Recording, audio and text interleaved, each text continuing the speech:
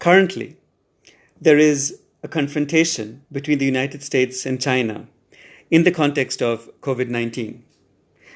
Do you think, Ambassador Fabian, that this confrontation will survive the US presidential election in November? Thank you for an important question, phrased in a lucid manner. But before I answer that question, I want to put it in a historical perspective. The United States, even before the Second World War ended, the United States military had started speculating whether the Soviet Union will be the new enemy. And as we know, it turned out to be the case, and we had a Cold War. Well, I personally think there was no need for it, but we cannot go into it right now.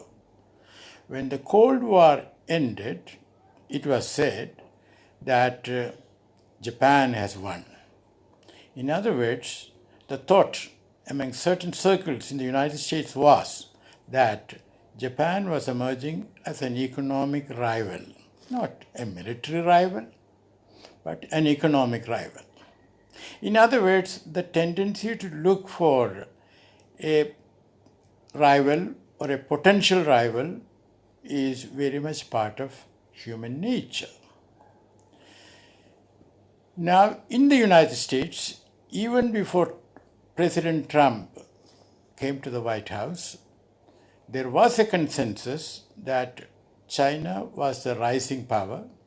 China was contesting the United States, and there was need to stop the rise of China and, if possible, I repeat, if possible, to reverse it.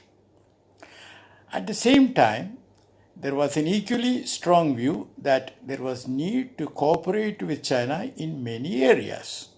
So what was happening was a combination of confrontation and cooperation. And if I may say so, there was more cooperation than confrontation before Trump. But after the arrival of Trump, it changed, and we all know about the trade war. So there was more confrontation. Now with COVID-19, well, I personally think that China was at fault in not communicating to the WHO about the human-to-human transmission. But President Trump, for his own reasons, because he has been accused by his political rivals and others that he has failed in discharging his duties as a head of state. So President Trump wants to find someone else who is at fault, a scapegoat. So he has now said that China is responsible. China had it in its laboratory and so on. So this confrontation is going on. Now your question is whether this confrontation will survive the November 2020 election. Well, let's look at it this way.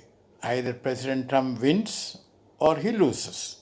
If he wins, then, even then, he might take the line that there was no need for any such confrontation and that it would be in his interest and in his view, in the interest of the United States to cooperate with China, though a level of confrontation might continue.